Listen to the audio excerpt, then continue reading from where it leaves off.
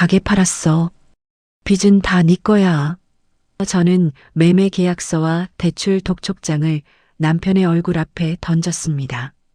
내 명의로 차린 가게니까 파는 것도 내 마음이지. 5년을 갈아 넣은 결혼 생활, 도둑맞은 도장, 5억의 빚, 그리고 그 빚으로 어린 상간녀에게 차려준 대형 카페. 날 가지고 논 대가 톡톡히 치르게 해줄게. 한 여자의 치밀하고 통쾌한 복수극이 지금부터 시작됩니다. 오늘의 사연 지금 시작합니다. 사연이 시작하기 전 좋아요와 구독을 눌러주세요. 오늘 하루 행운과 행복이 가득하도록 기원해 드릴게요. 거실 한복판, 저는 두꺼운 서류 뭉치를 식탁 위로 거칠게 내던졌습니다. 매매 계약서와 대출 상환 독촉장이 종이 소리를 내며 흩어졌습니다. 박민환의 얼굴이 종이장처럼 하얗게 질려갔습니다. 아니, 이게 다 뭐야? 당신 지금 제정신이야. 박민환이 떨리는 손으로 서류 한 장을 집어들며 물었습니다. 눈깔 있으면 똑똑히 읽어봐. 당신 까막눈 아니잖아. 그 서류에 뭐라고 적혀 있는지 처음부터 끝까지 똑바로 보라고. 저는 팔짱을 끼고 박민환의 일그러진 얼굴을 똑바로 쳐다봤습니다. 가게. 아니, 유라테라스를 팔아넘겼다고. 미쳤어. 당신이 무슨 권리로 내 피 같은 가게를 팔아. 누구 맘대로 내 허락도 없이 가게를 홀랑 팔아넘기냐고.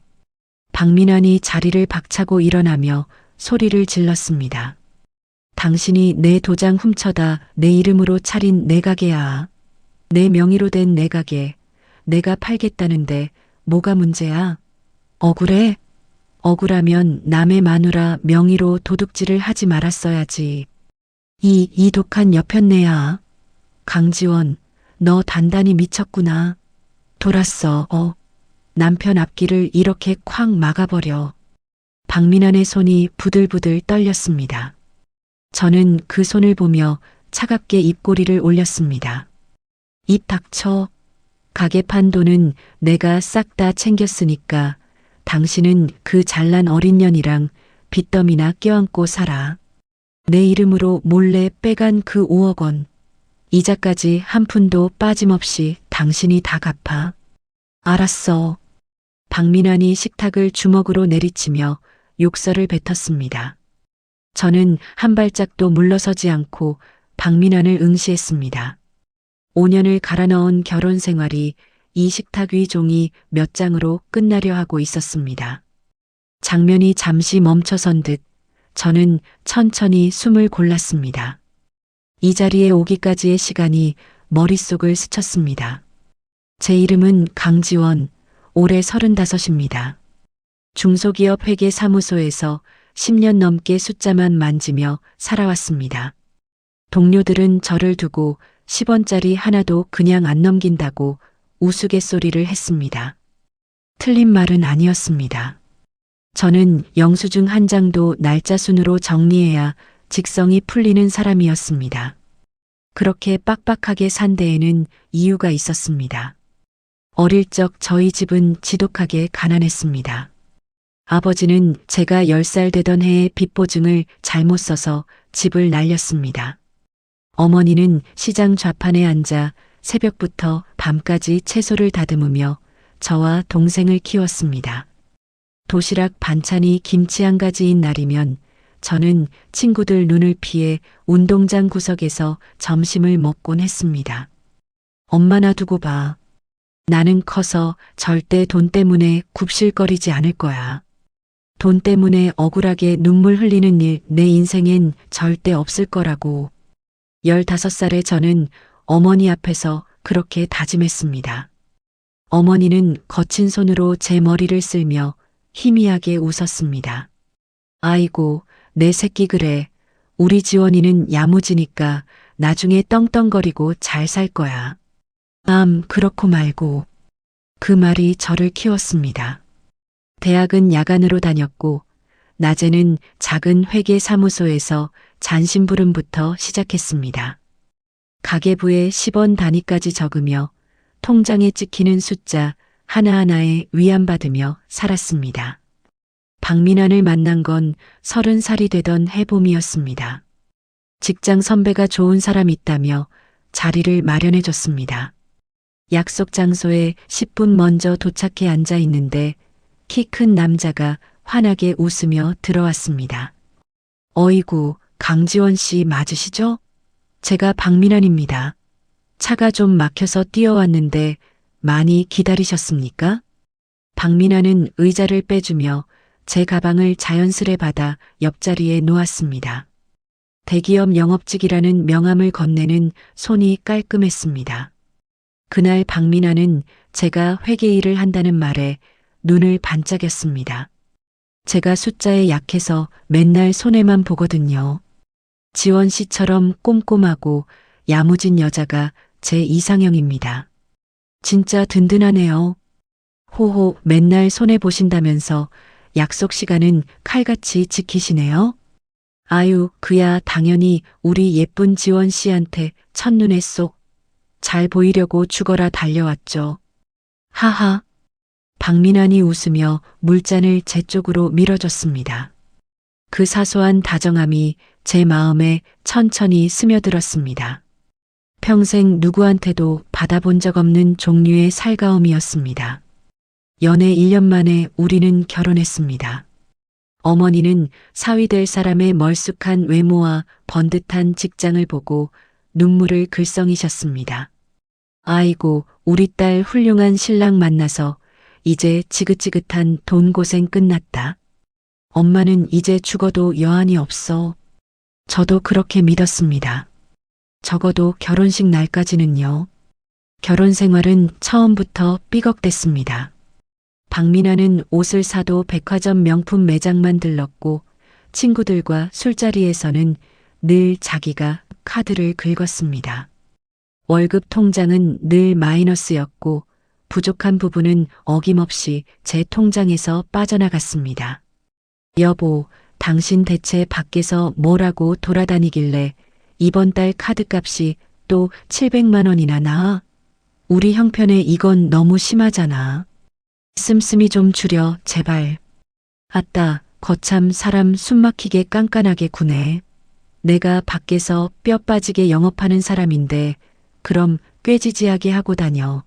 남자가 밖에서 큰일 하려면 폼도 좀 잡고 지갑도 팍팍 열어야 돈이 굴러 들어오는 거라고. 박민환은 늘 그런 식으로 받아쳤습니다. 저는 한숨을 삼키고 가계부를 다시 폈습니다. 가정을 지키는 게 우선이라고 스스로를 다독였습니다. 어머니가 저를 보며 활짝 웃던 그 얼굴을 떠올리면 이 정도는 견딜 수 있다고 생각했습니다. 문제가 터진 건 지난주 토요일이었습니다. 박민환이 출장 갔다며 집을 비운 사이 저는 안방 서랍장을 정리하고 있었습니다. 손때 묻은 자개 상자를 여는 순간 가슴이 철렁 내려앉았습니다. 이상하다. 내 인감도장이 왜 안 보이지? 어머, 신분증 사본도 누가 뜯어갔네. 빨간 인주통은 그대로 있는데 그 옆에 늘 놓여 있어야 할 인감도장이 보이지 않았습니다. 신분증 사본을 모아둔 봉투도 반쯤 헐려 있었습니다. 저는 상자 안을 손바닥으로 더듬으며 몇 번이고 같은 자리를 헤집었습니다. 없습니다. 분명히 일주일 전까지 제자리에 있던 도장이 사라져 있었습니다. 손끝이 차갑게 식었습니다. 회계일을 10년 넘게 한 사람의 본능이었습니다. 저는 곧장 노트북을 켜고 신용정보 조회 사이트에 접속했습니다. 공동인증서를 누르는 손가락이 떨렸습니다. 화면이 뜨는 순간 숨이 턱 막혔습니다. 5억? 미친 거 아니야. 5억을 대출받았다고. 제 명의로 사업자 대출 5억 원이 실행되어 있었습니다. 실행일은 2달 전, 대출 기관은 시중은행이었습니다.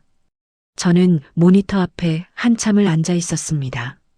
머리가 멍해지고 손바닥에 식은 땀이 배었습니다. 다음 날 저는 휴가를 내고 대출이 흘러간 길을 따라갔습니다. 서류 한 장 한 장을 회계사 친구를 통해 떼어보며 자금의 종착지를 찾았습니다. 종착지는 서울 외곽의 한 주소였습니다. 지도에 찍힌 곳을 보고 차에 시동을 걸었습니다. 1시간을 달려 도착한 곳에는 통유리로 된 2층짜리 베이커리 카페가 햇빛을 받아번쩍이고 있었습니다. 간판에는 화려한 분홍색 글씨로 한 단어가 박혀 있었습니다. 유라테라스, 저게 다 내 이름으로 빚내서 차린 가게란 말이지. 저는 차창 너머로 그 글자를 한참 동안 바라봤습니다. 주차장에는 박민환이 지난달에 새로 뽑은 외제차가 떡하니 세워져 있었습니다. 출장이라던 박민환의 차가 제 명의로 차려진 카페 앞에 있었습니다. 저는 마스크와 모자를 푹 눌러쓰고 카페 안으로 들어갔습니다. 카운터 뒤에서 한 여자가 손님에게 환하게 웃으며 인사를 건네고 있었습니다. 20대 중반쯤 되어 보이는 긴 머리에 키가 큰 여자였습니다. 앞치마에 단정하게 박힌 명찰에는 두 글자가 또렷이 새겨져 있었습니다. 사장 오유라, 어린 년이 내 돈으로 사장 노릇을 하고 자빠졌네. 저는 구석 자리에 앉아 커피를 한 잔 시켰습니다. 오유라가 박민환에게 다가가 어깨에 손을 얹는 모습을 봤습니다. 박민환은 익숙한 손길로 오유라의 허리를 감았습니다. 두 사람이 카운터 뒤에서 서로의 얼굴을 보며 웃었습니다. 손에 쥔 커피잔이 흔들렸습니다. 저는 입술을 꽉 깨물고 그 광경을 끝까지 지켜봤습니다. 울지 않았습니다. 15살의 어머니 앞에서 한 다짐을 떠올렸습니다. 집으로 돌아오는 차 안에서 저는 운전대를 잡은 손에 천천히 힘을 줬습니다. 머릿속에서 이미 다음 장의 계산이 시작되고 있었습니다. 도장은 도둑 맞았지만 명의는 여전히 제 것이었습니다. 가게도 빚도 전부 제 이름 석자 위에 있었습니다. 저는 백미러를 흘끗 본 뒤 입꼬리를 천천히 끌어올렸습니다. 현관문 도어록 소리가 났습니다. 저는 앞치마를 두른 채 부엌에서 된장찌개를 끓이고 있었습니다. 박민환이 캐리어를 끌고 들어오며 피곤한 얼굴로 넥타이를 풀었습니다. 일찍 왔네. 출장 잘 다녀왔어? 저는 국자를 든 손을 멈추지 않고 평소처럼 물었습니다. 어머, 지방 거래처가 까다로워서 죽는 줄 알았다. 박민환이 소파에 몸을 던지며 늘어지게 기지개를 켰습니다. 고생했어. 얼른 씻고 와. 찌개 다 됐어. 우리 마누라밖에 없네. 박민환이 능청스럽게 웃으며 욕실로 들어갔습니다. 저는 가스레인지 불을 줄이고 천천히 숨을 골랐습니다. 그 입에서 거짓말이 흘러나올 때마다 속이 뒤집어졌습니다. 하지만 손은 멈추지 않았습니다. 밥그릇에 밥을 푸고 수저를 놓고 김치를 꺼냈습니다. 식탁에 마주 앉은 박민환이 찌개를 한 숟갈 떠넣더니 만족스러운 얼굴을 했습니다. 역시 지원이 손맛이 최고야. 맛있어? 다행이다. 근데 너 요즘 좀 야윈 것 같다. 회사가 많이 힘들어? 박민환이 걱정스러운 척 제 얼굴을 살폈습니다. 저는 천천히 숟가락을 내려놓고 빙긋 웃었습니다. 아니야. 그냥 잠을 좀 설쳐서. 무리하지 마. 돈은 내가 벌면 되잖아. 박민환이 제 손등을 토닥였습니다. 그 손이 닿는 순간 등줄기에 소름이 돋았습니다. 저 손으로 오유라의 허리를 감던 모습이 또렷이 떠올랐습니다. 저는 그 손을 빼지 않고 가만히 놔뒀습니다. 밤이 깊어졌습니다. 박민환은 술 한 잔 곁들이고는 거실 소파에서 골아떨어졌습니다. 저는 박민환의 옆에 슬쩍 앉아 코 고는 소리를 확인했습니다. 탁자 위에 놓인 박민환의 휴대전화를 천천히 집어들었습니다. 지문 인식을 잠든 박민환의 엄지에 가만히 댔습니다. 화면이 부드럽게 열렸습니다. 메신저 창을 열자 맨 위에 하트 이모티콘이 가득한 대화방이 떠 있었습니다. 대화 상대 이름은 유라였습니다. 저는 박민환의 숨소리를 들으며 메시지 화면을 하나하나 캡처해 제 휴대전화로 옮겼습니다. 손가락은 조금도 떨리지 않았습니다. 다음 날 점심시간, 저는 회사 옥상으로 올라갔습니다. 바람이 머리카락을 흩날렸습니다. 저는 벤치에 앉아 휴대전화를 꺼내 어젯밤 옮겨둔 사진들을 열었습니다. 오빠, 카페 1주년 때 진짜 크게 한번 하자. 그래. 우리 유라 사장님 데뷔 1주년인데. 근데 오빠, 그 아줌마는 진짜 아무것도 몰라. 걱정 마. 우리 마누라는 회계장부나 들여다보는 게 인생이야. 저는 화면을 가만히 응시했습니다. 우리 마누라라는 네 글자가 눈에 박혔습니다. 손에 쥔 휴대전화를 부수고 싶었지만 저는 화면을 잠그고 가방 속에 넣었습니다. 그 자리에서 한 번 더 인스타그램 앱을 열었습니다. 오유라의 계정이 화면을 가득 채웠습니다. 내 카페에서의 첫 봄. 사장 1년 차의 여유. 내돈내산. 해시태그 아래 명품백 사진이 줄줄이 떠 있었습니다.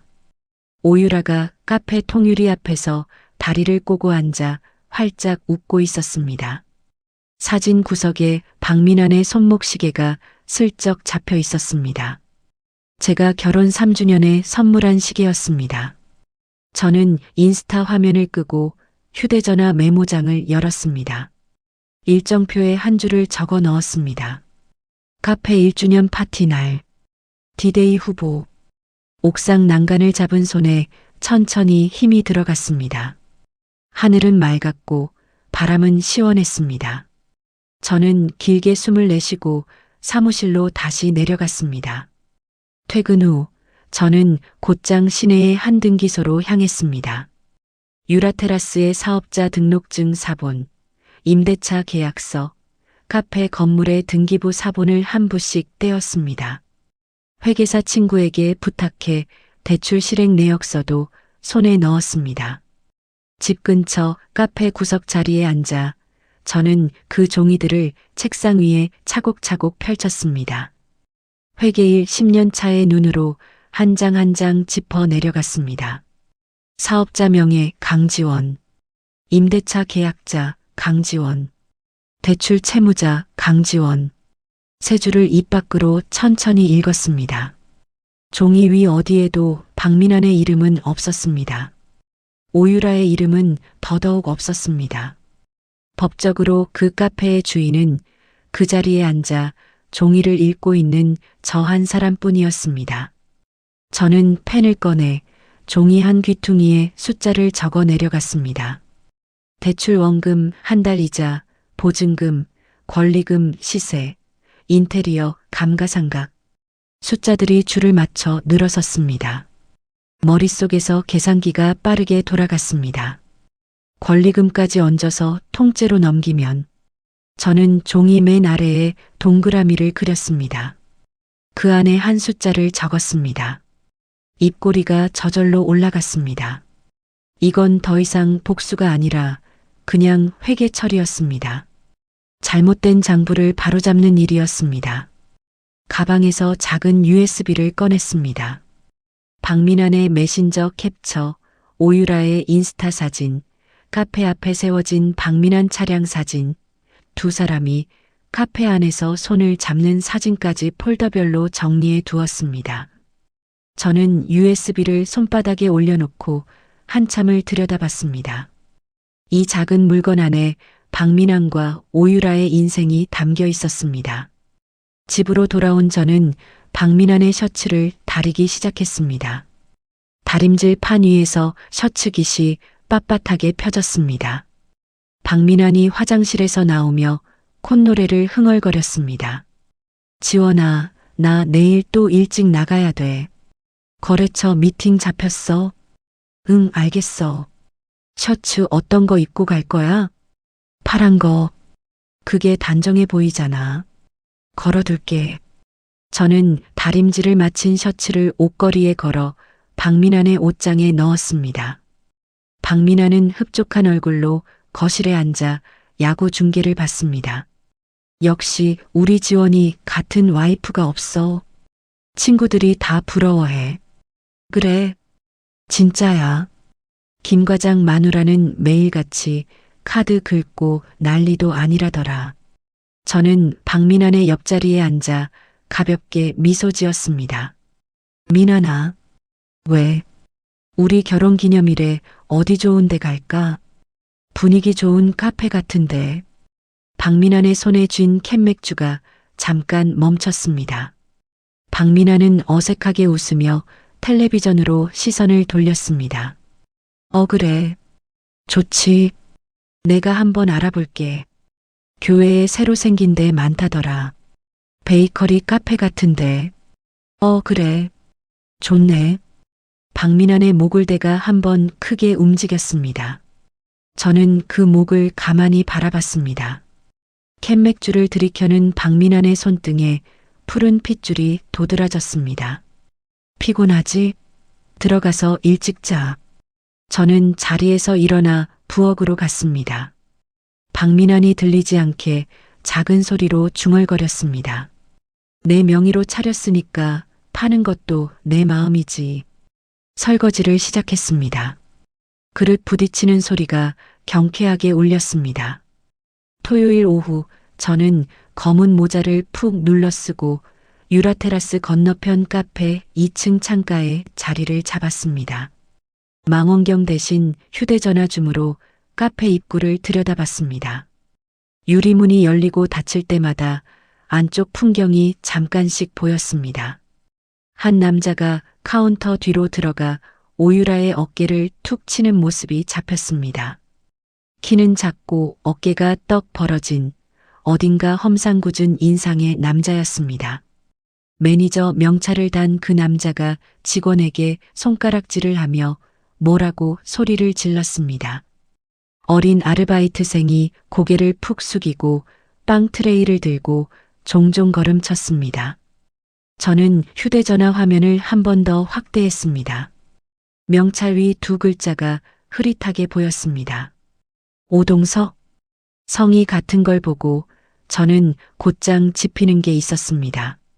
며칠 뒤 인근 부동산에 들러 자연스럽게 카페 이야기를 꺼냈습니다. 저 큰 카페 분위기가 좋네요.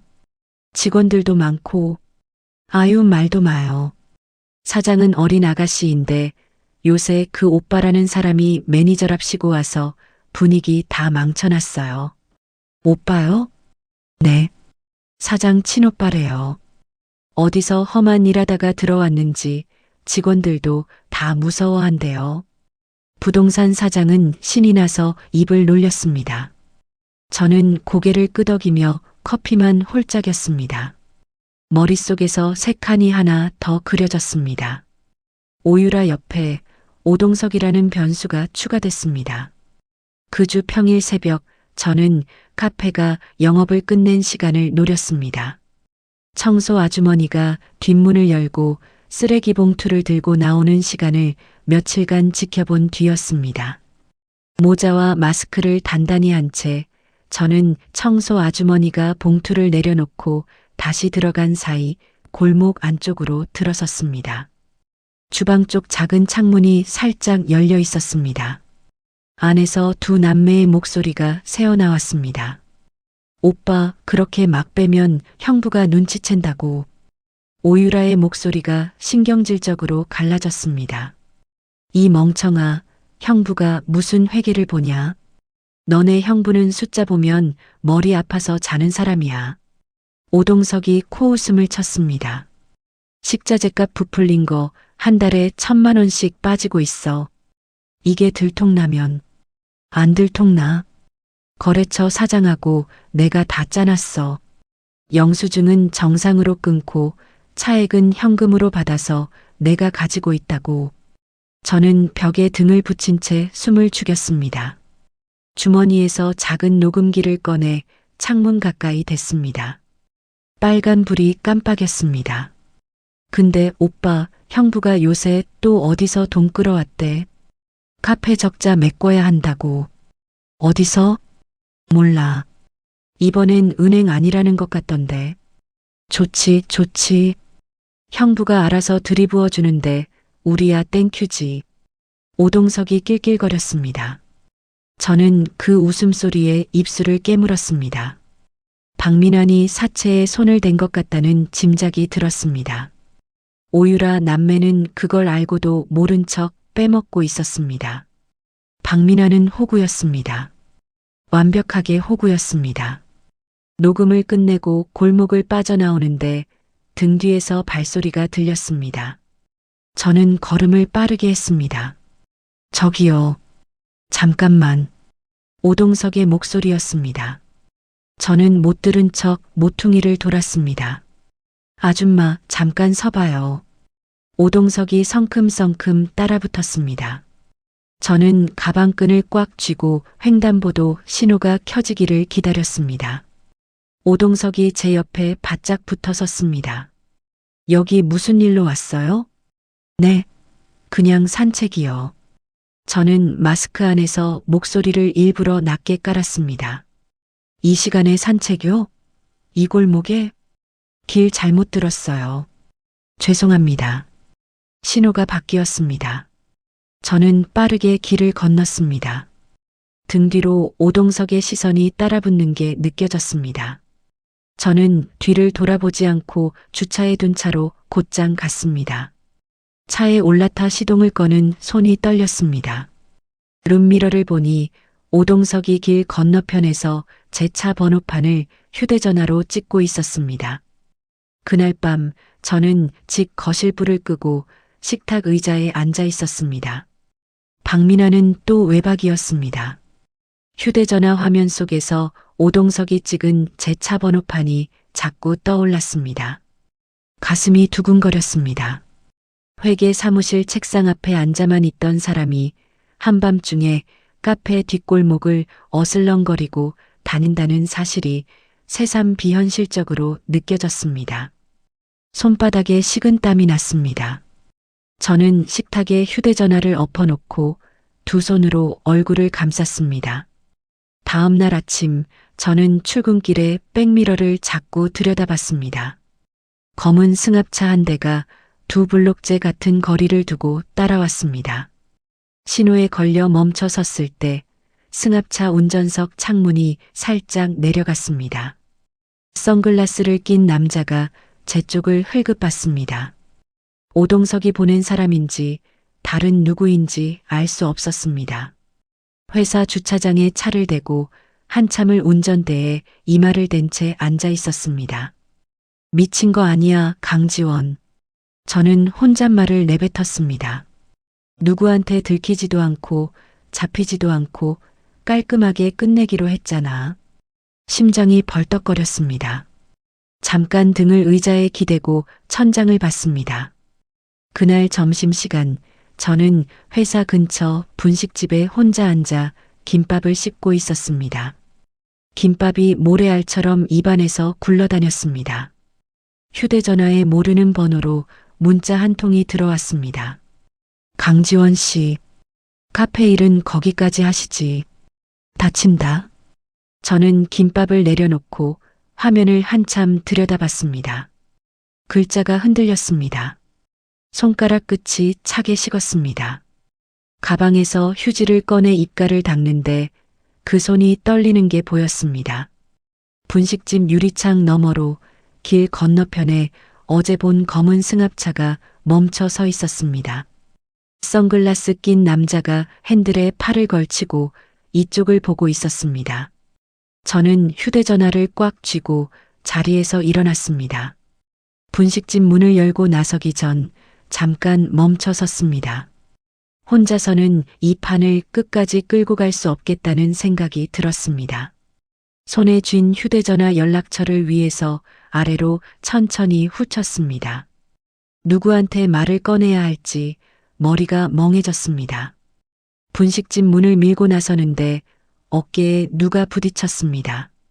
양복을 입은 키 큰 남자였습니다. 사과를 하려고 고개를 든 순간 저는 그 자리에서 굳었습니다. 오랜만에 보는 얼굴이 저를 내려다보고 있었습니다. 지원이? 강지원 맞지? 남자가 놀란 얼굴로 저를 불렀습니다. 저는 입술을 한번 떨었습니다. 이름이 입 밖으로 나오지 않았습니다. 지원이 맞네. 너 진짜 오랜만이다. 남자가 환하게 웃으며 한 발 다가왔습니다. 저는 그 얼굴을 멍하니 올려다봤습니다. 대학 시절 도서관에서 늦게까지 공부하는 저를 보고 항상 우유 한 팩과 빵을 슬쩍 놓아주던 선배의 얼굴이 거기 있었습니다. 태경 선배. 오, 내 이름도 기억하네. 점심 먹었어? 안색이 왜 이래? 김태경이 제 얼굴을 빤히 들여다봤습니다. 저는 무심코 길 건너편 검은 승합차 쪽을 흘금봤습니다. 김태경의 눈이 빠르게 그 시선을 따라갔습니다. 누구 따라붙은 거야? 선배, 저 좀 도와주실 수 있어요? 말이 먼저 입에서 튀어나왔습니다. 김태경은 한순간도 망설이지 않았습니다. 내 차 저기 있어. 일단 타. 김태경이 제 가방을 받아들고 길 안쪽 골목으로 저를 이끌었습니다.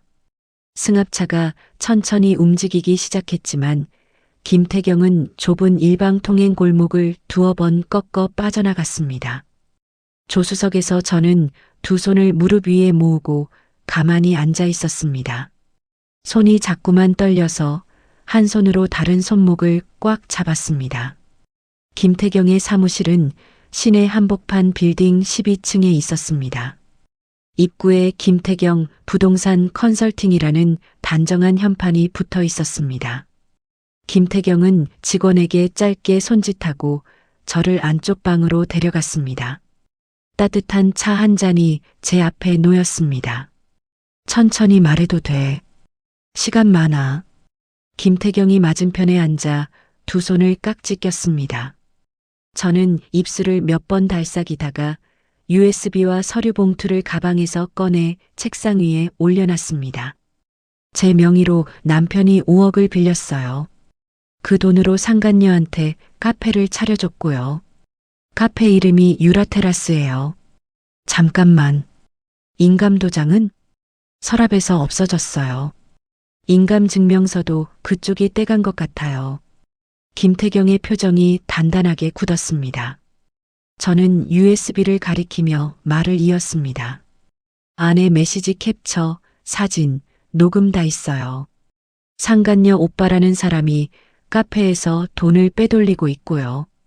어제는 그 남자가 제 차 번호를 찍어갔어요. 그 차였구나. 아까 그 검은 승합차. 네. 오늘 아침부터 따라붙은 것 같아요. 김태경이 자리에서 일어나 창가로 가더니 바깥을 한번 내다봤습니다. 손에 쥐고 있던 펜을 책상 위에 톡 내려놨습니다. 지원아. 네. 너 진짜 잘 찾아왔어. 이거 너 혼자 끌고 가면 위험해. 죄송해요. 갑자기 이러는 거. 무슨 소리야? 너 학교 다닐 때 내 리포트 몇 번이나 봐줬는데. 김태경이 옅게 웃었습니다. 저는 그 웃음을 보고 참고 있던 숨을 한번 길게 내쉬었습니다. 가슴 한쪽이 풀리는 느낌이 들었습니다. 며칠 만에 처음으로 등을 의자에 제대로 기대고 앉았습니다. 우선 두 가지부터 정리하자. 첫째, 너 안전부터. 네. 오늘부터 너 출퇴근할 때 우리 쪽 사람이 따라붙을 거야. 티 안 나게 할 거니까 신경 쓰지 마. 집에도 카메라 하나 달아둬. 남편이 눈치채면요? 눈치챌 새도 없게 작은 거로 할게. 둘째, 카페. 김태경이 책상 위 서류를 한 장씩 넘기며 눈으로 빠르게 훑었습니다. 명예 깨끗하네. 자, 위치도 좋고 평수도 크고 권리금 받고 통째로 넘기면 얼마 받을 수 있는지 내가 시세 뽑아줄게. 팔 수 있어요? 내 명의니까 네가 팔 수 있지. 남편이 운영에 관여한 흔적이 아무것도 없으니까 더 깔끔하고. 김태경이 펜을 들고 종이 한 귀퉁이에 숫자를 적었습니다. 제가 며칠 전 카페 구석에서 적어둔 숫자와 거의 비슷했습니다. 8살림은 받을 수 있어. 인테리어 새 거고 상권도 살아있으니까. 8. 저도 모르게 입가에 미소가 번졌습니다. 김태경이 그 미소를 보고 같이 웃었습니다. 내가 아는 프랜차이즈 대표 한 명한테 미리 다리 놔둘게. 조용히 진행되게. 감사해요, 선배. 정말로요. 감사는 다 끝나고 해. 김태경이 펜을 내려놓고 의자에 등을 기댔습니다. 그리고 지원아. 네. 한 가지만 약속해. 절대 혼자 움직이지 마. 어디 갈 일 있으면 나한테 먼저 말해. 저는 고개를 끄덕였습니다. 눈가에 뜨거운 것이 차오르려는 걸 꾹 눌렀습니다. 그날 저녁 김태경과 저는 사무실 한쪽 회의실에 마주 앉아 종이 위에 시간표를 그렸습니다. 달력 한 장을 펼쳐놓고 김태경이 빨간 펜으로 동그라미를 쳤습니다. 카페 1주년 파티, 한 달 뒤지? 네. 두 사람이 그날 크게 한다고 했어요. 좋아. 그날을 디데이로 잡자.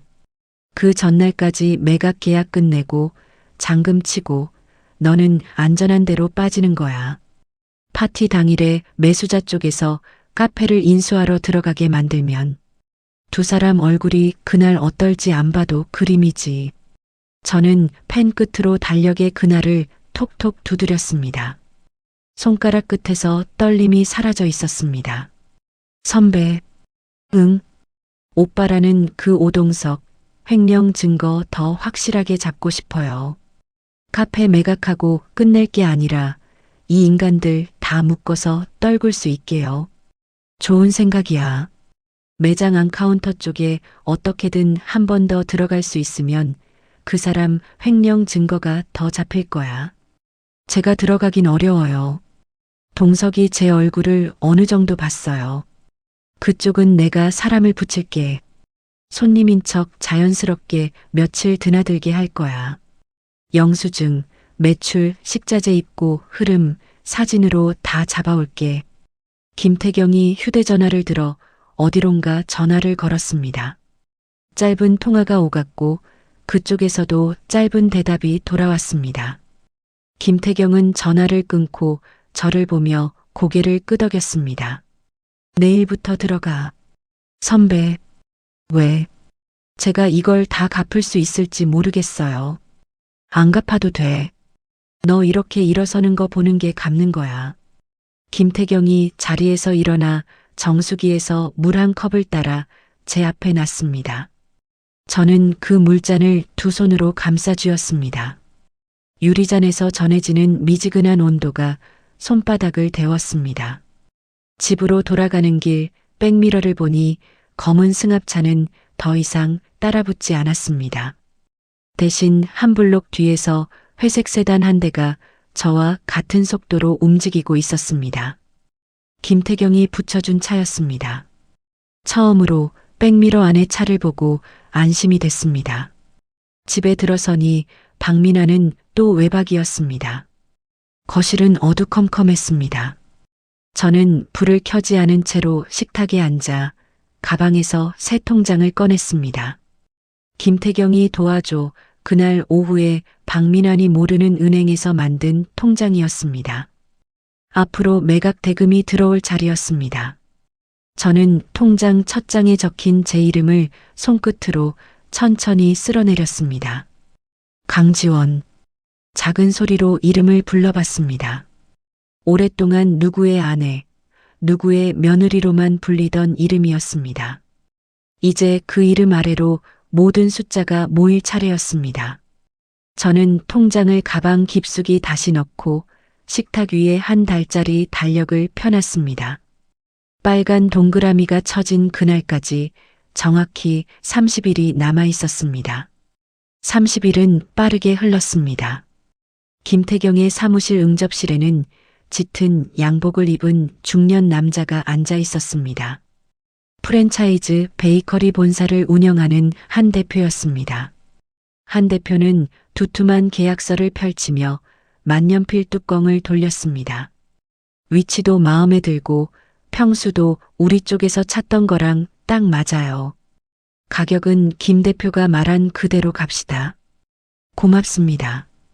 까다롭게 보시는 분이라고 들었는데 이렇게 결정해 주셔서요. 김태경이 차분하게 받았습니다. 한 대표가 저를 흘끗 보더니 빙긋 웃었습니다. 강 사장님, 사장님 명의가 깔끔해서 더 마음에 들어요. 우리는 복잡한 거 싫어하거든요. 네. 깔끔하게 처리해 드릴게요. 저는 정중하게 고개를 숙였습니다. 손에 쥔 인감도장이 묵직했습니다. 한 달 전 새로 파서 새 도장집에 넣어 가방 안쪽 주머니에 늘 지니고 다니던 도장이었습니다. 계약서 마지막 장에 제 이름 3글자를 또박또박 적었습니다. 그 옆에 도장을 천천히 정확하게 찍었습니다. 쾅! 낮은 소리가 사무실 안에 짧게 울렸습니다. 한 대표도 자기 도장을 옆자리에 찍었습니다. 2개의 인형이 종이 위에서 마주보고 앉았습니다. 권리금 포함해서 8억, 잔금은 오늘 안에 다 들어갈 겁니다. 감사합니다. 저는 한 대표의 손을 2손으로 맞잡았습니다. 김태경이 옆에서 가만히 고개를 끄덕였습니다. 한 대표가 자리에서 일어나 양복깃을 정리했습니다. 내일 오후 2시에 인수 들어가도 되는 거죠? 네. 그 시간에 맞춰 들어가시면 됩니다. 안에 있는 사람들은 신경 쓰지 마시고요. 법적으로 정리 다 됐어요. 김태경이 단호하게 못을 박았습니다. 한 대표가 알겠다는 듯 손을 한번 들고 사무실을 나갔습니다. 문이 닫히자 저는 의자에 깊이 등을 묻고 천장을 올려다봤습니다. 긴 숨이 가슴 깊은 곳에서 한번 빠져나왔습니다. 김태경이 제 앞으로 휴대전화 화면을 슬쩍 돌려 보였습니다.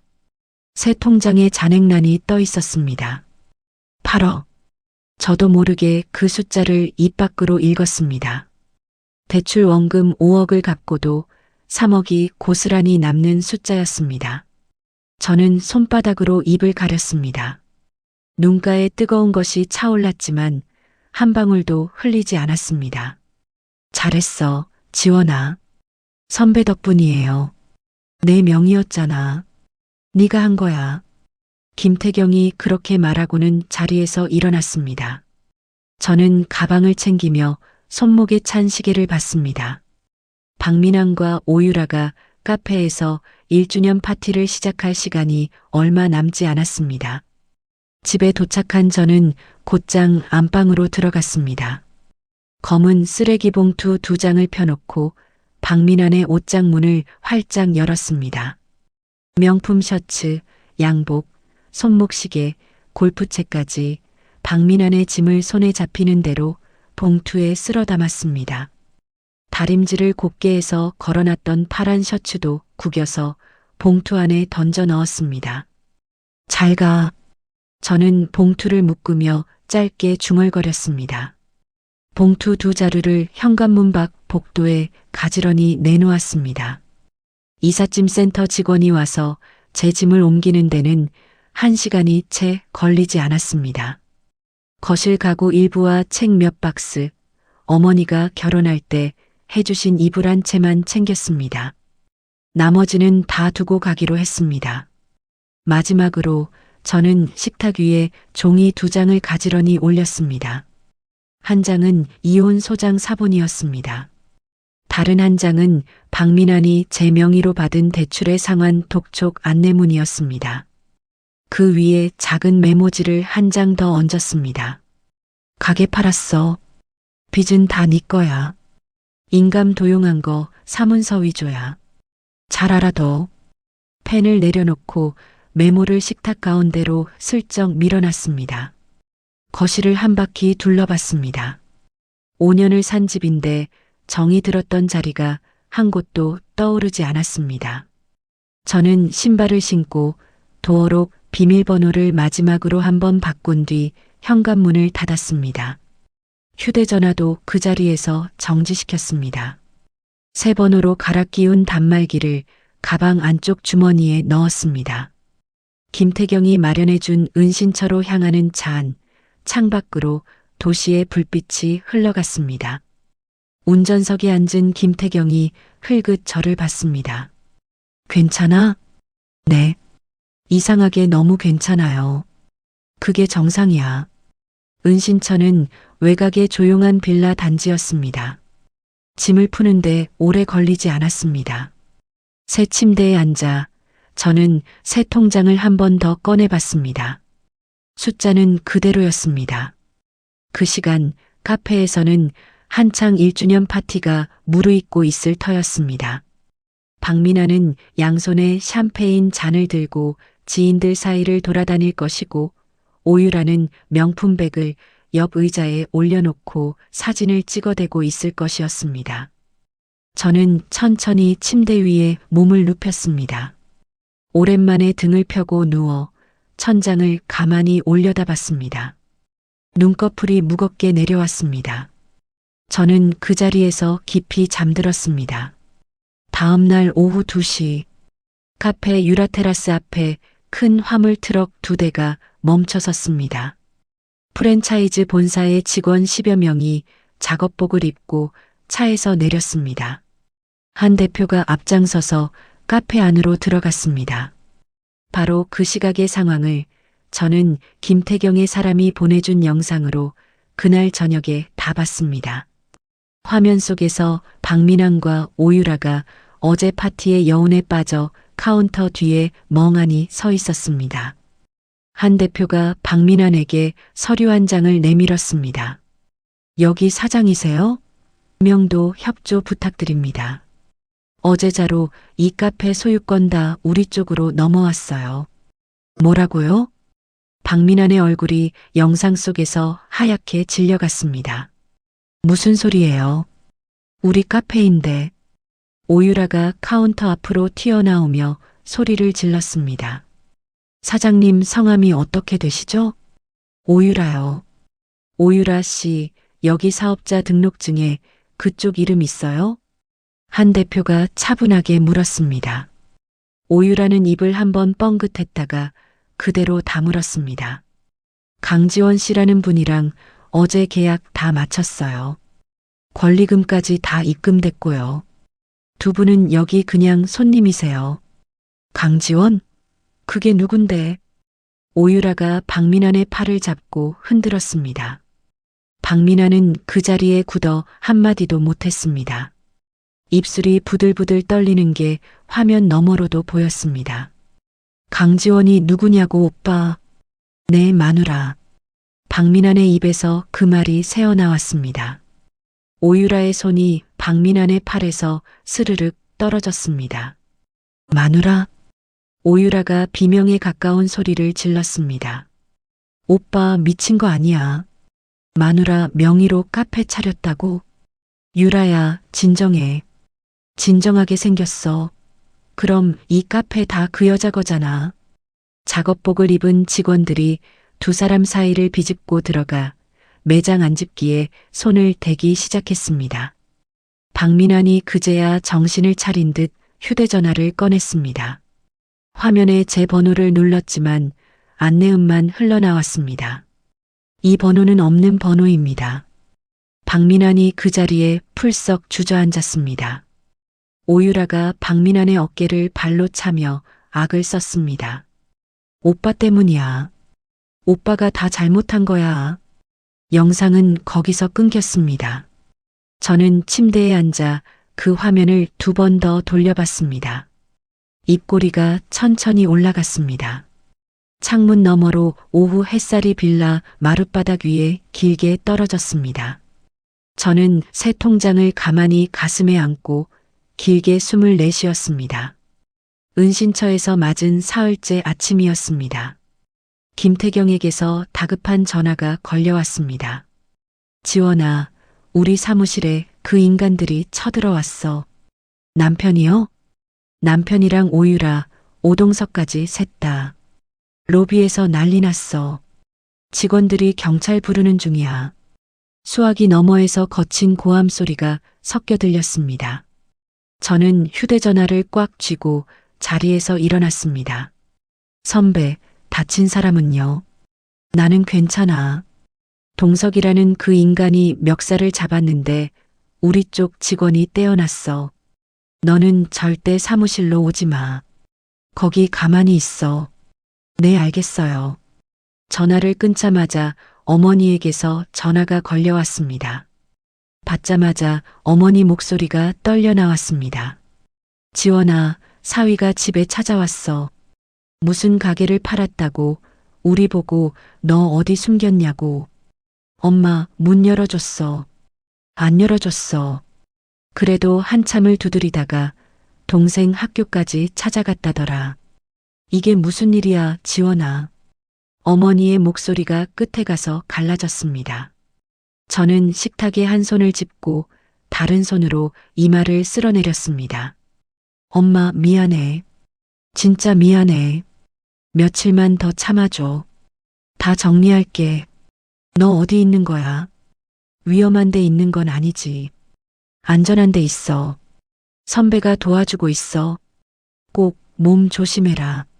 전화를 끊고 저는 식탁 의자에 한참을 앉아 있었습니다.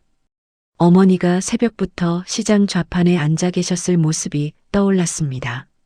그 손에 사위라는 인간이 협박 전화를 들이밀고 있는 광경이 그려졌습니다. 주먹을 쥐었다 폈다 했습니다. 손톱이 손바닥에 자국을 남겼습니다. 문제는 거기서 끝나지 않았습니다. 그날 오후 모르는 번호로 휴대전화가 울렸습니다. 받지 않자 곧바로 다시 울렸습니다. 5번째 전화에서 저는 마지못해 통화 버튼을 눌렀습니다. 강지원 씨 되시죠? 남자의 목소리가 낮고 끈적했습니다. 누구세요? 우리는 박민환 사장한테 3억 빌려준 사람들이에요. 차용증에 강지원 씨 도장 찍혀 있는 거 알죠? 저는 그 자리에서 숨을 멈췄습니다. 무슨 말씀이세요? 저는 그런 돈 빌린 적 없어요. 아유, 사모님. 도장 찍혀 있다니까요. 위조면 위조라고 신고하시고 아니면 돈 갚으시고 둘 중 하나죠. 제가 찍은 도장 아닙니다. 그건 사모님 사정이고 우리는 명의자한테 받습니다. 위치 추적이라는 게 그렇게 어려운 게 아니에요. 내일까지 연락 주세요. 전화가 뚝 끊겼습니다. 손바닥에 식은 땀이 흥건했습니다. 저는 휴대전화를 식탁에 내려놓고 한참을 멍하니 앉아 있었습니다. 박민환이 은행이 막히자 사채까지 끌어왔다는 짐작이 가장 나쁜 모양으로 사실이 돼서 돌아왔습니다. 곧장 김태경에게 전화를 걸었습니다. 선배, 사채업자한테서 전화 왔어요. 3억이래요. 3억? 제 도장 찍힌 차용증이 있다고요. 김태경이 잠시 침묵하더니 차분한 목소리로 입을 열었습니다. 지원아, 우선 그쪽이 위치 추적이니 뭐니 한 건 다 협박이야. 그렇게 쉽게 못 찾아. 그리고 인감도용은 너한테 유리한 카드야. 우리가 이미 증거 다 모아놨잖아. 무서워요, 선배. 알아. 그래서 같이 하는 거야. 가족들까지 다 위험해진 것 같아요. 엄마 집에도 남편이 갔다 갔다고요. 어머님 댁에는 오늘 저녁에 사람 1명 붙일게. 동생분도 학교 끝나면 차로 모시고 가게 할 거야. 저는 식탁에 이마를 댔습니다. 김태경이 수화기 너머에서 차분히 말을 이었습니다. 지원아, 지금 무너지면 저 인간들이 이겨. 우리 며칠만 더 버티자. 네네, 알겠어요. 전화를 끊고 저는 베란다 창문 앞에 한참을 서 있었습니다. 그날 밤 빌라 단지 입구 쪽에서 누군가의 발소리가 들렸습니다. 저는 거실 불을 끄고 커튼 틈으로 바깥을 내다봤습니다. 가로등 아래 검은 점퍼를 입은 남자가 어슬렁거리며 빌라 동호수를 하나씩 올려다보고 있었습니다. 머리 모양과 어깨 라인이 낯익었습니다. 오동석이었습니다. 저는 황급히 커튼을 닫고 침실로 들어가 휴대전화를 들었습니다. 김태경에게 전화를 거는 손이 떨렸습니다. 선배, 동석이 빌라 앞에 왔어요. 확실해? 네. 가로등 밑에 서 있어요. 지원아, 절대 나가지 마. 문 잠그고 그 자리에 있어. 내가 지금 사람 보낼게. 경찰도 같이 갈 거야. 네. 저는 통화를 끊지 않은 채로 침실 구석에 쪼그려 앉았습니다. 귀를 곤두세웠습니다. 계단을 올라오는 발소리는 들리지 않았습니다. 대신 빌라 입구에서 누가 도어록 번호를 누르는 소리가 어렴풋이 들렸습니다. 삑삑. 틀린 번호 알림음이 2번 연달아 울렸습니다. 오동석이 우리 빌라 호수까지는 정확히 모르는 게 분명했습니다. 다만 단지에는 들어왔다는 뜻이었습니다. 10분쯤 지났을까? 바깥에서 차 한 대가 빠르게 들어오는 소리가 났습니다. 이어서 남자들의 짧은 고함이 한 번 들리고 누군가 도망치는 발소리가 멀어졌습니다. 잠시 후 휴대전화로 김태경의 사람이 짧게 메시지를 보내왔습니다. 오동석은 일단 놓쳤습니다. 단지 밖으로 빠져나간 거 확인했고요. 사장님은 그대로 계세요. 저는 침실벽에 등을 기대고 길게 숨을 내쉬었습니다. 다리에 힘이 풀려 그대로 미끄러져 앉았습니다. 손바닥이 차갑게 식어 있었습니다. 밤이 더 깊었을 때 다시 휴대전화가 울렸습니다. 박민환이었습니다. 어떻게 알아냈는지 3번으로 전화가 들어왔습니다. 저는 한참 화면을 노려보다가 통화 버튼을 눌렀습니다. 강지원, 너 인연. 박민환의 목소리가 술에 잔뜩 절어 있었습니다. 내 돈 내놔. 카페 판 돈 다 내놓으라고. 내 돈? 그 돈이 왜 내 돈이야? 내가 차린 가게야. 누구 명의로 차렸는데. 박민환이 수화기 너머에서 거친 숨을 몰아쉬었습니다. 강지원, 너 가만 안 둬. 내가 너 사기로 고소한다. 알았어? 고소해. 마음껏. 저는 차분히 받았습니다. 네가 내 도장 훔쳐서 대출받은 거, 내 인감증명 떼서 카페 차린 거 다 증거 있어. 그거 사문서 위조야, 박민환. 너 형사처벌 받는 거야. 뭐라고? 그리고 사채? 그것도 내 도장 도용해서 빌렸지. 그것도 똑같이 위조야. 사채업자들도 그거 알면 가만히 안 있을걸. 박민환의 숨소리가 한순간 멈췄습니다. 강지원, 너 진짜. 전화 끊어. 다시 걸지 마. 저는 통화를 끊고 즉시 그 번호를 차단했습니다. 휴대전화를 베개 옆에 내려놓고 어두운 천장을 가만히 올려다봤습니다. 두려움이 다 사라진 건 아니었습니다. 어머니의 떨리는 목소리, 동석이 가로등 아래 서 있던 모습, 사채업자의 끈적한 목소리가 머릿속에서 뒤엉켰습니다. 저는 천장을 보며 작게 중얼거렸습니다. 이제 더는 안 도망쳐. 손등으로 눈가를 한번 닦았습니다. 침실벽에 걸린 시계가 자정을 가리켰습니다. 저는 자리에서 일어나 식탁에 앉아 노트북을 열었습니다. USB를 꽂고 그동안 모아둔 폴더를 하나씩 열어 정리하기 시작했습니다. 인감 도용 증거, 횡령 장부, 차용증 사본, 메신저 캡처, 녹음 파일. 각각의 파일에 받는 사람의 이름을 정확히 적었습니다. 경찰서, 검찰청, 그리고 사채업자. 키보드를 두드리는 손가락에서 더 이상 떨림이 느껴지지 않았습니다. 이른 아침 저는 김태경과 함께 경찰서 민원실 앞에 섰습니다. 손에는 두꺼운 서류철과 USB 2개가 들려 있었습니다. 김태경이 옆에서 한 번 더 물었습니다. 진짜 들어갈 거지? 네. 더 미룰 이유 없잖아요. 저는 유리문을 밀고 안으로 들어갔습니다. 담당 형사 앞에 앉아 서류철을 책상 위에 가지런히 펼쳐놨습니다. 고소하러 왔습니다. 남편이 제 인감 도장을 훔쳐서 제 명의로 5억 대출을 받았고요. 그 돈으로 다른 여자한테 카페를 차려줬어요. 그리고 사채까지 제 도장으로 끌어다 썼어요. 증거 자료 있으세요? 네. 여기 차용증 사본, 인감증명서 발급 내역, 대출 실행 내역, 그리고 남편이 직접 입으로 인정한 통화 녹음까지 있어요. 형사가 안경을 끌어올리며 서류를 한 장씩 넘겼습니다. 중간중간 메모를 하더니 고개를 들고 저를 봤습니다. 이거 사문서 위조의 사기까지 다 들어가네요. 진술서 자세히 작성해 주셔야 합니다. 네. 그러려고 왔어요. 옆 책상에서는 김태경이 또 다른 형사에게 USB를 건네고 있었습니다. 이쪽은 카페 매니저로 일한 오동석, 사장으로 등록된 오유라의 횡령과 배임 자료입니다. 식자재 거래처와 짜고 차액을 현금으로 빼돌린 영수증 사본하고 본인들이 직접 그 얘기 나눈 녹음 파일 들어 있어요. 형사가 헤드폰을 끼고 잠깐 파일을 재생해 봤습니다.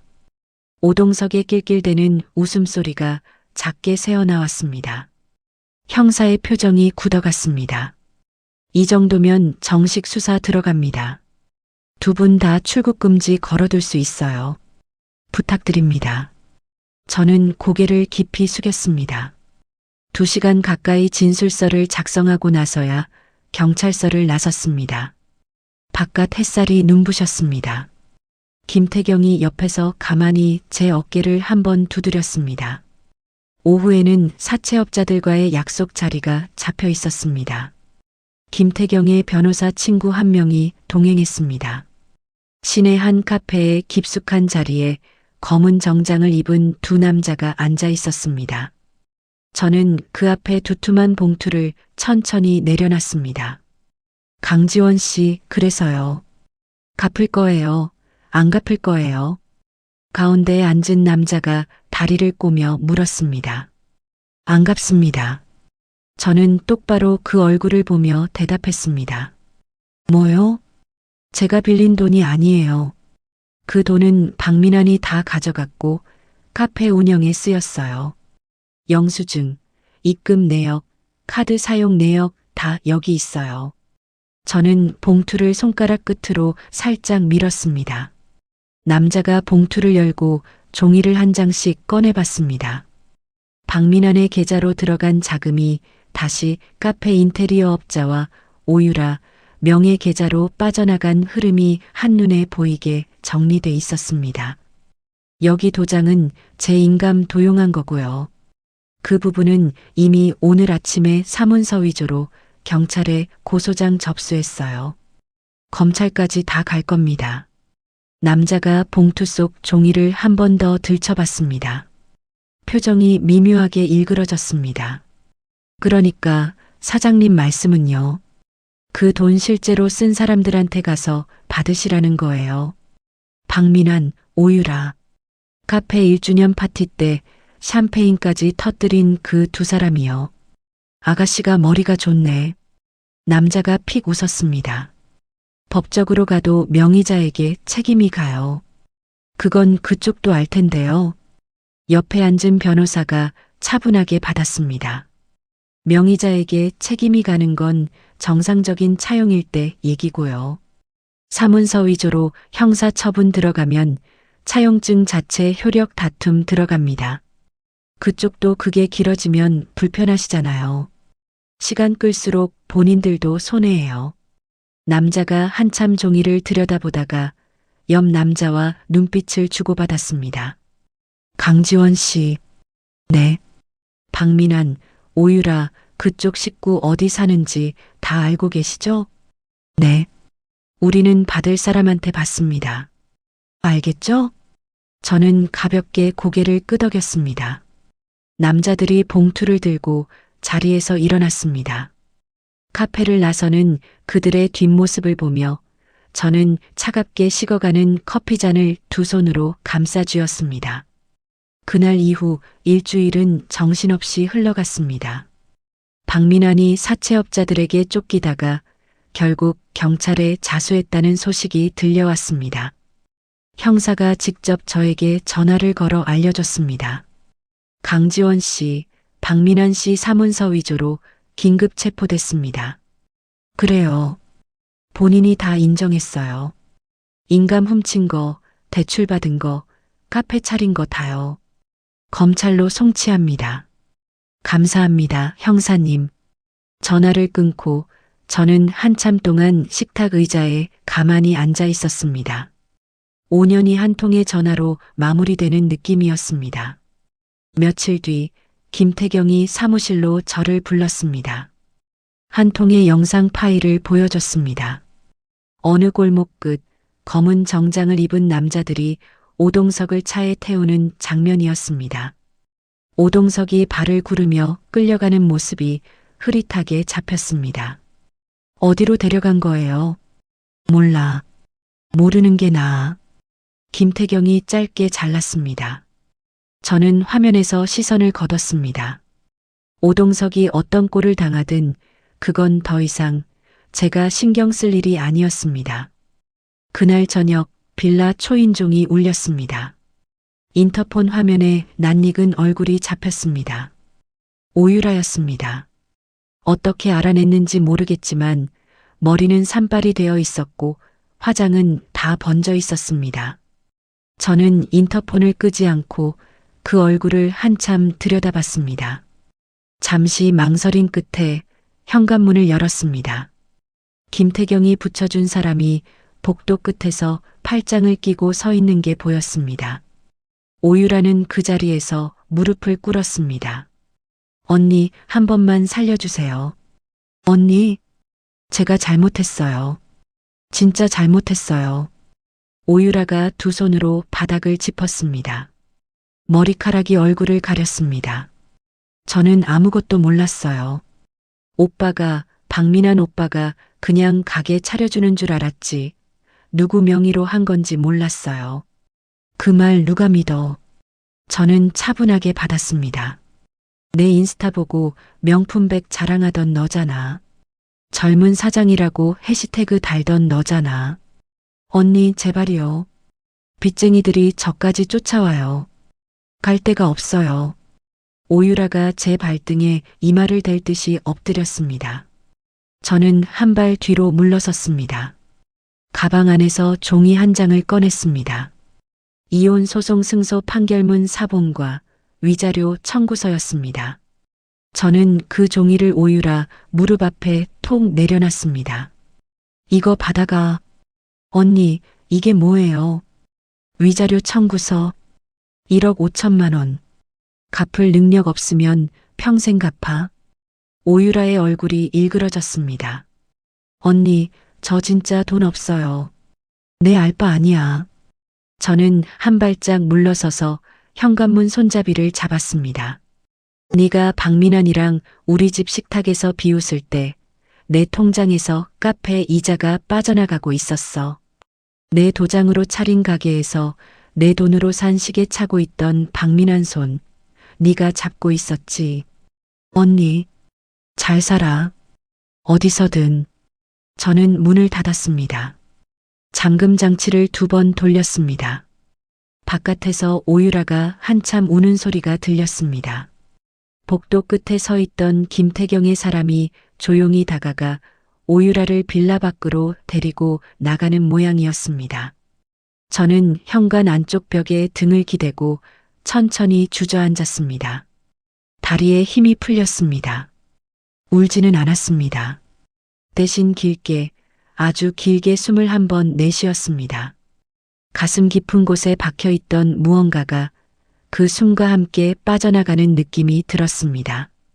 그 후로 1년이 흘렀습니다. 교도소 면회실은 좁고 답답한 공간이었습니다. 저는 한 번도 그 안에 들어간 적이 없습니다. 박민환이 면회 신청을 수십 번 넣었지만 저는 단 한 번도 응하지 않았습니다. 박민환이 어떻게 지내는지는 김태경을 통해 가끔 소식만 전해 들었습니다. 사문서 위조와 사기로 징역 3년을 선고받았고 모범수 감점도 받지 못해 형기를 그대로 채워야 한다고 했습니다. 출소 후에도 사채 빚 3억과 카페 인테리어 미지급금이 박민환의 이름으로 그대로 남아있다고 했습니다. 저는 그 소식을 듣고 어떤 표정도 짓지 않았습니다. 박민환은 더 이상 제가 떠올릴 만한 이름이 아니었습니다. 오유라의 소식은 더 짤막했습니다. 지방 어느 유흥업소에서 일하다가 빚쟁이들을 피해 또 어디론가 사라졌다고 했습니다. 오동석은 그날 골목 이후로 다시는 모습을 드러내지 않았습니다. 세 사람의 인생이 어디로 흘러갔는지 저는 더 이상 궁금하지 않았습니다. 이혼은 일찌감치 마무리됐습니다. 박민환이 구속된 직후 변호사를 통해 일사천리로 진행됐고 위자료까지 제가 받는 쪽으로 깔끔하게 정리됐습니다. 판결문 사본 한 장을 받아든 날 저는 그것을 액자에 넣어 사무실 한 구석에 걸어뒀습니다. 누가 와서 보든 부끄럽지 않은 종이었습니다. 사무실은 시내 빌딩 12층에 새로 차렸습니다. 김태경의 회사 바로 옆 호실이었습니다. 간판에는 단정한 글씨가 한 줄로 박혀 있었습니다. 강태 재무법률 컨설팅. 이름은 김태경이 먼저 꺼냈습니다. 강지원의 강, 김태경의 태. 어때? 괜찮네요. 괜찮긴. 좋다고 해. 김태경이 옆에서 웃었습니다. 저도 따라 웃었습니다. 저희 회사는 주로 한 가지 일을 합니다. 가족이나 가까운 사람에게 명의를 도용당하거나 빚을 떠안거나 재산을 빼앗긴 사람들의 사정을 듣고 정리해주는 일입니다. 법은 변호사가 맡고 숫자는 제가 맡습니다. 저처럼 가계부에 10원 단위까지 적어가며 살던 사람들이 주로 저를 찾아왔습니다. 어느 비 오는 오후 한 여자분이 사무실 문을 두드렸습니다. 나이는 40쯤 되어 보였습니다. 손에 든 가방을 가슴에 꼭 안고 응접실 의자 끝에 겨우 걸터 앉았습니다. 저 남편이 제 명의로 가게를 차렸대요. 그 돈을 어디다 썼는지도 모르겠고 목소리가 작게 떨렸습니다. 천천히 말씀하셔도 돼요. 저는 따뜻한 차 한 잔을 그 앞에 놨습니다. 이게 그냥 이혼하면 끝나는 일이에요. 아니면 제가 다 갚아야 하는 거예요. 끝나는 일은 아니에요. 그런데 갚을 일도 아닙니다. 여자분이 고개를 들었습니다. 저는 종이 한 장을 꺼내 그 위에 칸을 그렸습니다. 제가 같이 정리해 드릴게요. 우선 명의자 본인이 어떤 돈을 썼고 어떤 돈을 안 썼는지 한 줄씩 정리해 봐요. 시간이 좀 걸려도 괜찮아요. 여자분의 눈가가 천천히 붉어졌습니다. 저는 그 자리에서 일어나 사무실 한켠에 놓인 액자를 가리켰습니다. 저도 1년 전에 똑같은 자리에 앉아 있었어요. 도장 도용당하고 명예 도둑 맞고 가게까지 차려져 있더라고요. 사장님이요? 네. 다 정리하니까 살더라고요. 천천히 같이 해봅시다. 여자분이 가방 속에서 손수건을 꺼내 눈가를 닦았습니다. 저는 종이 위에 척칸을 채워나갔습니다. 저녁이 되어 손님이 돌아간 뒤 저는 사무실 테라스로 나갔습니다. 유리문을 밀고 나서니 늦은 봄 햇살이 따뜻하게 내려앉았습니다. 김태경이 커피 2잔을 들고 따라 나왔습니다. 오늘 손님 어땠어? 또 한 사람 살리겠다 싶더라고요. 우리 강 사장님 점점 멋있어지는데. 김태경이 옆자리에 앉으며 컵을 건넸습니다. 저는 컵을 받아 한 모금 마셨습니다. 따뜻한 커피가 목을 타고 내려갔습니다. 태경 선배, 응, 고마워요. 작년 그날 분식집 앞에서요. 또 그 얘기야. 진짜 그날 선배 못 만났으면 저 어떻게 됐을지 몰라요. 그건 운이 아니라 네가 거기 서 있었기 때문이야. 그 자리에서 도망 안 가고. 김태경이 컵을 살짝 들어 제 컵에 부딪혔습니다. 달그락 작은 소리가 났습니다. 저는 그 소리를 들으며 슬그머니 웃었습니다. 우리 어머니가 선배 한번 보고 싶으시대요. 그래. 이번 주말에 같이 가자. 내가 가도 돼? 내가 가자고 했잖아요. 김태경이 컵 너머로 저를 봤습니다. 얼굴에 옅은 미소가 번졌습니다. 강지원, 너 진짜 많이 변했다. 어떡해요? 눈이 안 떨려. 1년 전엔 내 사무실 들어왔을 때 손이 막 떨렸거든. 그랬어요? 그랬어. 지금은 손도 목소리도 다 단단해. 저는 컵을 한 손으로 감싼 채 난간 너머를 내려다봤습니다. 빌딩 아래 도로에는 퇴근하는 차들이 천천히 흘러갔습니다. 바람이 머리카락을 살짝 흩뜨렸습니다. 저는 마음속으로 한 사람의 이름을 천천히 불러봤습니다. 강지원. 오랫동안 누구의 아내, 누구의 며느리, 누구의 딸로 불리던 이름이었습니다. 이제 그 이름 앞에는 어떤 수식어도 붙지 않았습니다. 사무실 간판에 적힌 글자처럼, 명함 위에 박힌 글자처럼, 통장 첫 줄에 적힌 글자처럼 그저 강지원이었습니다. 태경 선배, 응, 내 이름으로 사는 거 생각보다 더 좋네요. 이제 알았어? 이제 알았어요. 김태경이 옅게 웃었습니다. 저는 컵을 입가로 가져가며 마음속으로 한마디를 더 얹었습니다. 박민환, 내 명의로 장난친가? 잘 치르고 있니? 입꼬리가 천천히 올라갔습니다. 저는 컵을 한 번 더 기울였습니다. 커피가 따뜻했습니다. 테라스 난간에 비치는 햇살이 부드러웠습니다. 저는 김태경 옆에 가만히 앉아 오랫동안 그 풍경을 바라봤습니다. 강지원의 이야기 여기서 마무리됩니다. 도장 하나 잃어버린 그 작은 사건이 한 여자의 인생을 송두리째 뒤흔들 줄 누가 알았을까요? 가난을 견디며 10원짜리 하나까지 아껴 모았던 지원에게 남편의 배신은 단순한 외도가 아니라 평생 쌓아 올린 이름과 신용까지 도둑맞은 일이었습니다. 하지만 지원은 울지 않았습니다. 주저앉지 않았습니다. 대신 차가운 머리로 장부를 펼치고 자신의 이름 석자가 가진 무게를 똑바로 마주봤습니다.